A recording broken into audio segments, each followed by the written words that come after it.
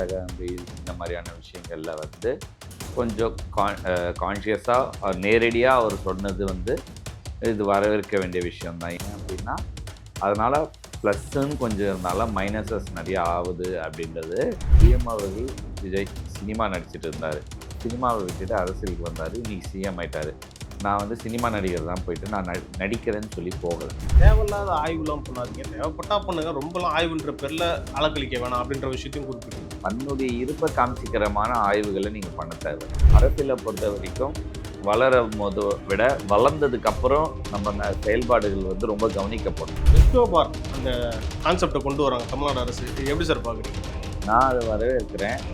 இப்போ எதிர்கட்சின்னு கேயோமியோன்னு வாங்க, இது எதிர்கட்சிகள் அரசியலாக்கணும்னு நினச்சாங்கன்னா இதை வந்து வன்மையாக கண்டிக்க வேண்டிய விஷயமா நான் பார்க்குறேன். ஏன் அப்படின்னா, நம்பர் 1, ரெஸ்டோ பார் அப்படின்றது என்னென்னா ரெஸ்டாரண்ட்டோட சேர்ந்த பார் சிஸ்டம் அப்படின்னு. நேயர்களுக்கு வணக்கம். இன்றைய சீக்ரெட் டாக் நிகழ்ச்சியில் பல்வேறு அரசியல் மற்றும் சமூக நிகழ்வு குறித்து உங்கள் சீக்கியோடு பேசவிருக்கிறோம். வருங்கள் நிகழ்ச்சிகள் சொல்லலாம். சார் வணக்கம். சார் வணக்கம் தேவா. சார், முதலமைச்சர் திரு விஜய் அவர்கள் நேற்று ஒரு ஆலோசனை கூட்டம் நடத்தியிருந்தாரு. அமைச்சர்கள்லாம் பங்கேற்றிருந்தாங்க. பல எச்சரிக்கைகளை கொடுத்திருந்தாரு, பார்த்துருப்பீங்கன்னு நினைக்கிறேன். குறிப்பா ரீல்ஸ் எல்லாம் போடக்கூடாதுன்னு சொல்லியிருக்காரு. பார்த்தீங்களா? இது உங்களுடைய கருத்துக்கள் என்ன? நம்ம அந்த எச்சரிக்கைகளில் பல நம்ம ஏற்கனவே போன ஒரு வாரம் வீடியோவில் நம்ம சொல்லியிருக்கோம். அதிகாரிகள் சொந்த கட்சிக்காரர்களுக்கெல்லாம் இதுதான் அவருடைய எச்சரிக்கையாக இருக்குது, ஸோ பார்த்து நடந்துக்கோங்கன்னு அதை அவர் அமைச்சரவை கூட்டத்தில் நேரடியாகவே அவர் சொல்லியிருக்காரு. இது வந்து அந்த இன்ஸ்டாகிராம் ரீல்ஸ் இந்த மாதிரியான விஷயங்களில் வந்து கொஞ்சம் கான்ஷியஸாக நேரடியாக அவர் சொன்னது வந்து இது வரவேற்க வேண்டிய விஷயம்தான். ஏன் அப்படின்னா அதனால் ப்ளஸ்ஸுன்னு கொஞ்சம் இருந்தாலும் மைனஸஸ் நிறைய ஆகுது அப்படின்றது புரியுது. அவருக்கு அவர் நாலேஜ் போன உடனே அதை வந்து அவர் கால் பண்ணிடுறாரு. இவங்களுக்கு அது தெரியறதில்ல. சரி, நம்ம மினிஸ்டர் ஆகிட்டோம், இன்னும் நம்ம ரீல்ஸ் போட்டுட்ருக்கோமா அப்படின்ற ஒரு பாயிண்ட் ஆஃப் வியூவில் இருக்கணும். அதில் ப்ளஸஸும் இருந்தாலும் மைனஸஸ் அதிகன்றது தான் நம்ம இதில் ஹைலைட் பண்ணுறோம். ஸோ இதுக்கப்புறம் அவர் சொன்ன மாதிரி அவங்கவுங்க, ஏன்னா மினிஸ்டர் வேலை பார்க்கணும். இப்போது சிஎம் அவர்கள் விஜய் சினிமா நடிச்சிட்டு இருந்தார், சினிமாவை விட்டுட்டு அரசியலுக்கு வந்தார், இன்றைக்கி சிஎம் ஆயிட்டார்.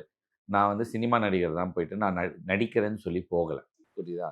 ஸோ நான் இன்ஸ்டாவில் ரீல்ஸ் பண்ணிட்டு இருந்தேன், அது பண்ணிட்டு இருந்தேன், இது பண்ணிட்டு இருந்தேன்னா அதை நான் திருப்பி பண்ணுறேன். நான் அமைச்சரானதுக்கப்புறம் சரி, நீங்கள் நார்மலாக ஒரு தொகுதி அந்த இது பண்ணுறது அதெல்லாம் வேறு. பட் இது வந்து தவிர்க்க வேண்டிய விஷயமா அது அவருக்கு தோணி இருக்கு இதை தவிர்க்கணும் அப்படின்னு. அதனால அவர் அறிவிச்சிருக்காரு. ஒரு விஷயமும் சொல்லியிருக்காரு சார், தேவையில்லாத ஆய்வுலாம் பண்ணாதீங்க, தேவைப்பட்டா பண்ணுங்க, ரொம்பலாம் ஆய்வுன்ற பேர்ல அலக்கழிக்க வேணாம் அப்படின்ற விஷயத்தையும் குறிப்பிட்டிருக்காரு. அது என்னன்னா, அவர் டைரக்டா இன்டைரக்டா என்ன சொல்றாருன்னா, தன்னுடைய இருப்பை காமிச்சிக்கிறமான ஆய்வுகளை நீங்க பண்ண தேவையில்லை. சொல்லலாம் பப்ளிசிட்டி பண்ணாதீங்க, அவ்வளவுதான், சிம்பிள். இப்போ என்னன்னா, இது பப்ளிசிட்டின்னு ஆயிடுச்சு, எல்லாருமே இதுதான் பண்றாங்கன்னு ஆயிடுச்சு. பட் வந்து நம்மளுக்கு கொஞ்சம் ரெஸ்பான்சிபிலிட்டிஸ் அதிகம். இப்போ எதிர்கட்சிக்காரங்க இதை பண்ணுறாங்க, இல்லை வேறு யாராவது பண்ணுறாங்கன்னா அது வேறு. பட் நம்ம ஆளுங்கட்சியாக இருந்து நம்மளுக்கு ஒரு ரெஸ்பான்சிபிலிட்டிஸ் இருக்கும்போது நம்மளும் அதே மாதிரி பண்ணால் அது வந்து சரியாக இருக்காது அப்படின்றத அவர் இன்சிஸ்ட் பண்ணியிருக்காரு. தொடர்ந்து ஒரு வீடியோவில் பேசிட்டு வருது என்னன்னா, காவல்துறையினர் தப்பு பண்ணால் உடனடியாக நடவடிக்கை, அரசு அதிகாரி தப்பு பண்ணா உடனே நடவடிக்கை. இப்ப அமைச்சருக்கும் அதே பொருந்ததுன்னா அவருடைய நோக்கம் எப்படி? நிர்வாகிகள் தப்பு பண்ணாலும் உடனே நடவடிக்கை அப்படின்ற மாதிரி இப்ப அமைச்சர்களுக்குமே அவரு கடைசி அதுதான். அந்த நேரடியா வார்னிங்ல அவர் வேண்டும். இப்ப அவங்க மேல எந்த ஒரு பெரிய தவறுகள் இல்லை, இந்த சின்ன சின்ன மினிஸ்டரில்ஸ் இதுதான். ஸோ அவர் வந்து எதில் கான்சென்ட்ரேட் பண்ணுன்றது தெளிவா இருக்காரு. அந்த தெளிவை நீங்களும் அந்த தெளிவா இருங்கன்றத வலியுறுத்துறாரு. இன்னொரு விஷயமா சொன்னார் சார், என் கூட க்ளோஸா இருந்தவங்க இல்லாதவங்க எல்லாம் நான் பார்க்க மாட்டேன், நண்பர் அப்படின்றது வரைக்குமே அவர் மென்ஷன் பண்ணியிருக்காருன்றதுனால, சரி அவர் நண்பர்ன்றதுனால கூட இருக்க ஒரு 10 பேர் என்ன பண்ணுவாங்க, இவர் உசுப்பேத்தி விடுவாங்க. சரி, அது அவருக்கு தெரியாது ரியாலிட்டி. சரி, இந்த இடத்துல வந்து அரசியலை பொறுத்த வரைக்கும் வளரும் போது விட வளர்ந்ததுக்கு அப்புறம் நம்ம செயல்பாடுகள் வந்து ரொம்ப கவனிக்கப்படும். ஸோ அதை நம்ம வந்து கரெக்டாக பார்த்துக்கணும் அப்படின்றத அவர். ஏன்னா அதனால என்ன ஆகும், ஒவ்வொரு தடவை வந்து நான் வந்து ஒரு ரீல்ஸ் போடுறேன், ஓகேவா, நீ வந்து ஒரு ரீல்ஸ் போடுற எக்ஸாம்பிள், நீ வந்து அவருடைய நண்பர், நான் வந்து ஒரு வெளியாள், என்னை கண்டிச்சுட்டு உன்னை கண்டிக்காமல் விட்டால் நல்லா இருக்காது. நான் வந்து எல்லாருக்குமான முதலமைச்சர், எல்லாருக்குமான தலைவராக தான் நான் இருக்கணும். அதை அவர் தெளிவாக பண்ணுறாருன்றதான். ஓகே சார், நம்ம ஜனநாயகன் படத்தை பற்றியும் கொஞ்சம் பேசி ஆகணும். வர 23ஆம் தேதி ரிலீஸ் ஆகுதுல்ல சார், உலகம் முழுக்க 3000 தேட்டரில் ரிலீஸ் ஆகுதான், தமிழ்நாட்டில் 950 தேட்டரில் ரிலீஸ் ஆகுது. ஆமாம். அதே மாதிரி முதல்ல எம்ஜிஆர் மாதிரி தேர்தலுக்கு பிறகு முதலமைச்சர் விஜய்ன்னு போடுவாங்கன்னு சொல்லி நம்ம வீடியோவில் பேசியிருந்தோம்னு நினைக்கிறேன். இன்னைக்கு அது ஆக்சுவலாக அவர் தவிர்க்க சொல்லியிருக்காருன்றாங்க. பட் அது அவசியம் இல்லை, போடலான்றது தான் என்னுடைய விருப்பம். முதலமைச்சர் சிஎம் ஜோசப் விஜய் அவர்களின் நடிப்பில் ஜனநாயகன்றது வந்தா வரணும். வந்தாலும் அதில் எந்த தவறும் இல்லைன்னு எனக்கு அதை ஒன்றும் நம்ம தப்பு இல்லை, தப்பு மக்கள் அதான் இல்லை, விரும்புறாங்க. அதை 100% அதை சொல்லணும். ஓகே சார், அடுத்த டாபிக்கா ரெஸ்டோ பார் அந்த கான்செப்டை கொண்டு வராங்க தமிழ்நாடு அரசு. இது எப்படி சார் பாக்குறீங்க இதை? நான் அதை வரவேற்கிறேன். இப்போ எதிர்கட்சினுக்காக கேயோமையோன்னு வாங்க, வரும்போது அதுக்கான தரவுகள் நான் வருன்றதுக்கு நான் இப்போவே முன்னாடியே எல்லாருக்கும் டேட்டாவும் கொடுத்துட்றேன். ரெஸ்டோ பார் போன பீரியடில் நடத்தின முக்கால்வாசி பேர் திமுகவினர். ஓகேவா? முக்கியமான புள்ளிகள், முக்கியமான தலைவர்கள் இதில் தான் இருக்குது. அது என்னென்னன்றதெல்லாம் எனக்கு நல்லாவே தெரியும்.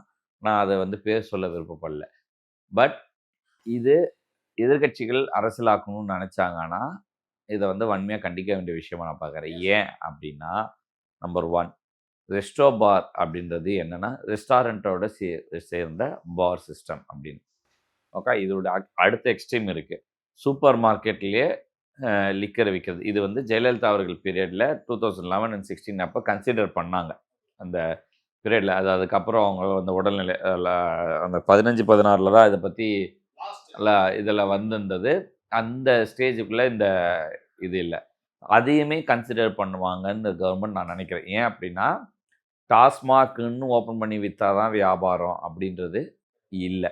ஸோ அந்த இடமே ஒரு மாதிரி ஒரு நெகட்டிவிட்டியாக இருக்குது. ஒரு க்ளீனஸ் இல்லாமல் வைக்கிறாங்க, ஒரு சரியில்லாமல் பண்ணுறாங்க.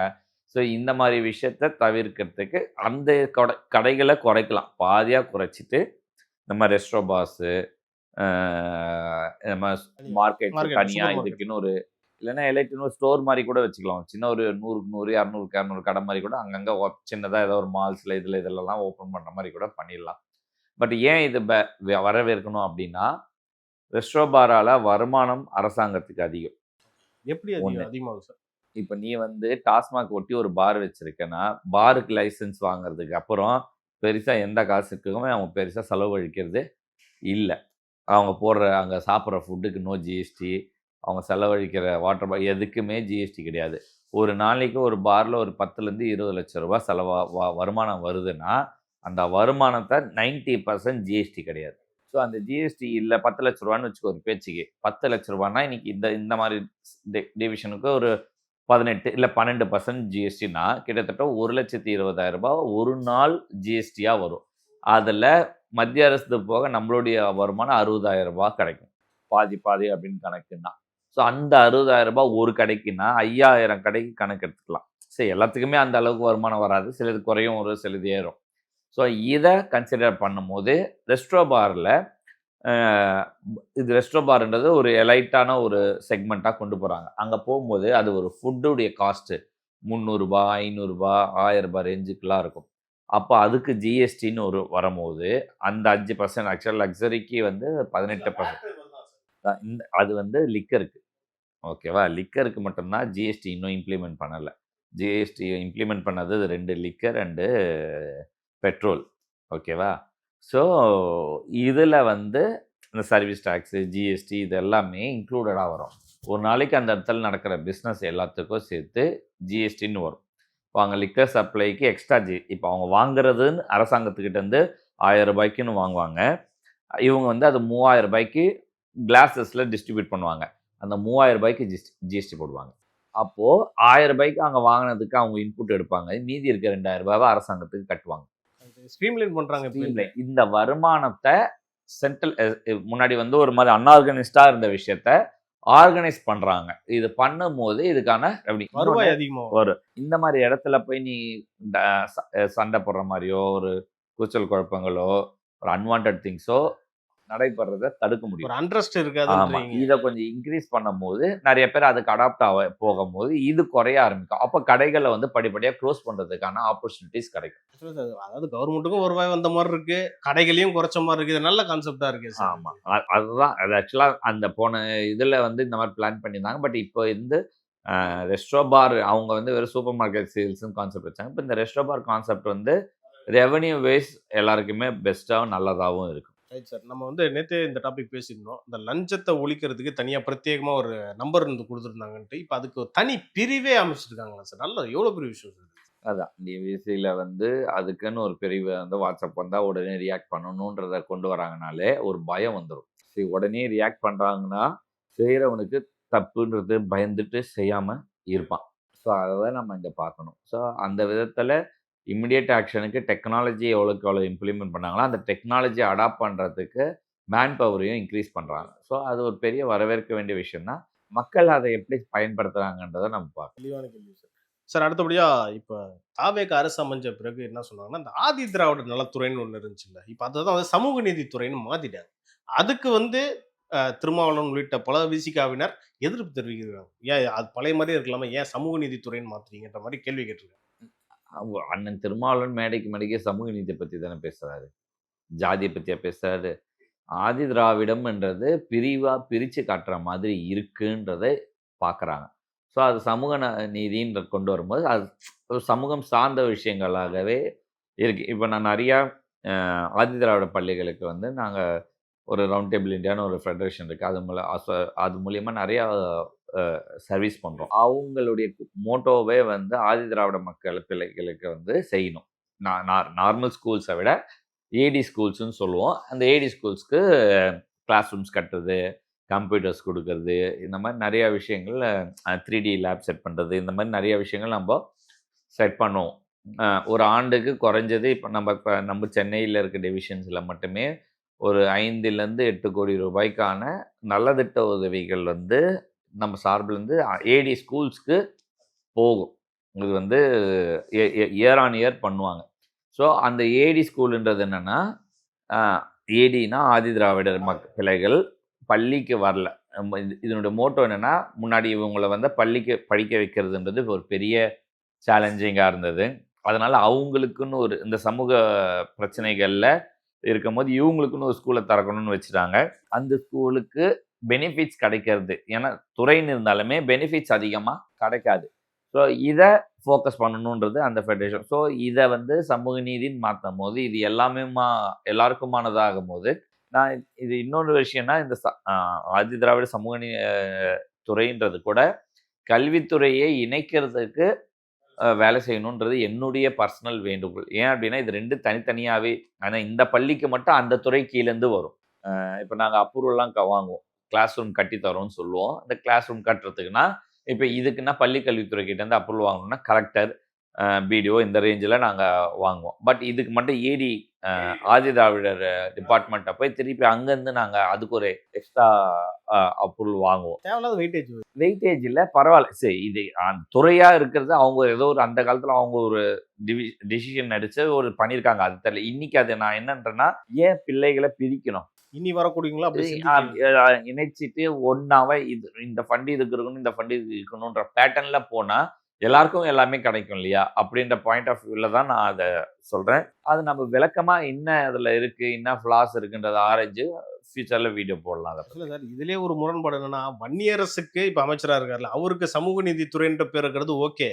பிசிகால சில பேர் திருமாவளவன் உள்ளிட்ட பலருக்கு தான் இது வந்து ஓகே இல்லைன்ற. திருமாவளவன் வந்து எப்படின்னாப்பா அவரு, இப்ப நீ வந்து வன்னியரசு, நம்ம கேமராமேன் வந்து சானவாசன் அப்படின்னு வச்சுக்கோ. இப்ப நீ ஒன்று சொல்லுவ, ஆமாம்மா கரெக்ட் இல்லைன்னு நான் பேசிடுவேன். அடுத்து நான் போய் கேமராமேன் கூட உட்காந்தோடனே அவரும் ஒரு நியாயத்தை சொல்லுவார், ஆமாம்மா இது கரெக்ட் இல்லைன்னு இது பேசுவேன். இப்போ அந்த குழப்பத்தில் இருக்காரு அண்ணன் திருமாவளவன். ஸோ அதை நம்ம வந்து இது பண்ணிக்க தேவையில்லை. இதெல்லாம் ரொம்ப ஆராயவேன். கவர்மெண்ட்டுடைய பாலிசி டிசிஷன்ஸை விமர்சிக்கிறதுக்கோ அதை வந்து ரீகன்சிடர் பண்ணுறதுக்கோ தேவையில்லாத விஷயம்ன்றது என் பாயிண்ட். Okay sir. இன்னொரு விஷயம் என்னன்னா, முக்கியமான விஷயம், இந்த குதிரை பேரம் நடந்துகிட்டு இருக்குல்ல சார், செந்தில் பாலாஜி உள்ளிட்ட பலர் சம்மந்தப்பட்டிருக்காங்க. பேர் வச்சிருக்காங்க ஆப்ரேஷன் மேகாலயா. 15 தாவேகா எம்எல்ஏ உருவருது. ஆப்ரேஷன் பேர் வச்சு வேலை செய்யறாங்க. இவங்க அப்படி வச்சுட்டு பண்ணுவாங்க, ஆனா வேற யாராவது ஒரு கட்சிக்காரி இப்படி பண்ணிடுவாங்க, அப்படி பண்ணிடுவாங்கன்னு பேசுவாங்க. ஓகேவா?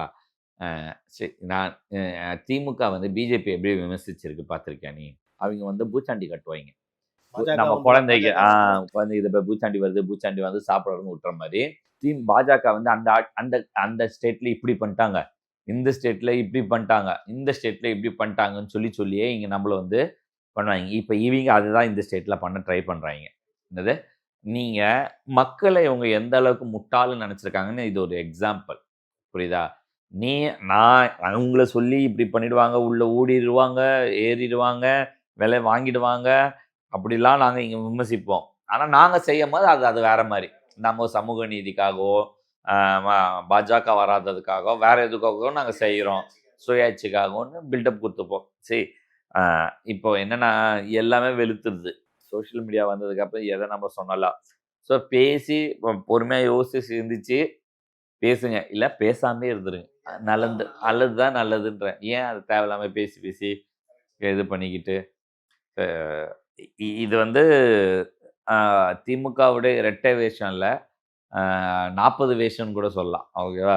அவங்க வேஷம் போட்டதுல இந்த ரெட்டை வேஷம், ஒத்த வேஷம் கணக்கெல்லாம் கிடையாது. அவங்க பல வேஷம் போட்டிருக்காங்க. தசாவதார கமலியை மிஞ்சிட்டாங்க. அதெல்லாம் மேலேயே அது அவர் நடிப்புல 10 அவதாரம் எடுத்தாங்க. இவங்க அரசியல 1000 அவதாரம் எடுப்பாங்க. அடுத்த மாதிரி இருக்கும். Okay sir. அடுத்து அன்புமணி ராமதாஸ் பாமக தலைவர் என்ன சொல்லியிருக்காருன்னா, சென்னையை குட்டிச்சோறாக்குனதே திமுக தான் அப்படின்னு சொல்லியிருக்காங்க. அவங்க என்னென்ன சொல்லுவாங்க, சென்னை எங்க கோட்டைன்னு சொல்லிட்டு இருந்த ஆளுங்க ஓட்டாயை போட்டு விட்டாரு விஜய். சரி, நான் அதை முழுசா ஏத்துக்கிறேன் அப்படின்றத விட அவர் சொல்றதை நான் வந்து இப்படி ஏத்துக்கிறேன். எப்படின்னா, நிர்வாகிகள் சென்னையில் வேலை ஏற்கும் போது இப்போ 2006லேருந்து 2011 கலைஞரோட கடைசி பீரியட் தான் நினச்சிட்டு எல்லா திமுக வட்ட செயலாளர்லேருந்து பகுதி செயலாளர் கவுன்சிலர் வரைக்கும் அடித்து பிடுங்க ஆரம்பித்தாங்க. சொத்து எத்து அது இதுன்னு. லேண்ட் கிராபிங் கேஸ்லாம் அதிகமாக இருந்துச்சு. லேண்ட் கிராபிங் கேஸ் அப்போ கிடையாது. ஓகேவா? அதுக்கப்புறம் 2011 ஜெயலலிதா அவர்கள் வந்ததுக்கு அப்புறம் தனி சட்டம் இதுக்கு உருவாக்குனாங்க. அதுதான் லேண்ட் கிராபிங் கேஸ். கலெக்டர் ஆஃபீஸில் நேரடியாக நீ மனு கொடுக்கலாம். அதுக்குன்னு ஒரு டிவிஷனே கலெக்டர் ஆஃபீஸில்.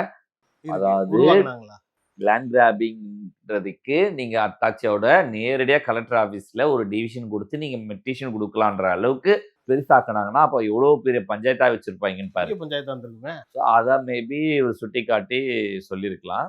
உண்மையிலே இந்த விஷயங்கள்ல இதுதான். அதே மாதிரி இவங்க வந்து பெருசாக நிறையா கூவத்தை தூர்வாருன்னு இது இருக்குது. இவர் மேயராக இருந்த காலத்துலேருந்தே பேசி காசை ஒதுக்கிக்கிறாரு.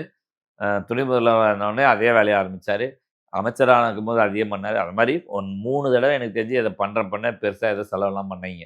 என்ன நடந்ததுன்னே எனக்கு ஒன்றும் தெரியல. அது ஒவ்வொரு தடவை உலக வங்கி கடன் இதை கொஞ்சம் ஆராய்ச்சி கூட டிவிக்கு டேட்டா கொடுத்தா ரொம்ப நல்லா இருக்கு. ஏன்னா 3வது தடவை இந்த மாதிரி போட்டு வாங்கியிருக்க, அது வந்துச்சா, அந்த பணத்தை என்ன பண்ணாங்க, அது ஏதாவது உருப்படியாக நடந்ததா அப்படின்றத பார்க்கணும். ஏன்னா சிலதெல்லாம் கொஞ்சம் சும்மா அந்த கல் அடுக்கி இருப்பாங்க சைடில் கூவத்தில் கொஞ்சம் தூரம், கொஞ்சம் இதெல்லாம் அப்படியே போயிருக்கோம், அவ்வளோதான். அதெல்லாம் என்னன்னு விசாரிச்சா பல ஊழல்கள் வெளியே வரும்ன்றத நான் பேருக்குன்னா பண்றது. இதெல்லாம் நிதி ஒதுக்கி உலக வங்கிட்டு இவங்க என்னமோ அது கடன் ஒன்று வட்டியில்லா கடன் வரும், இல்லை கடன் ஓகேவா கம்மியான வட்டியில் வரும்.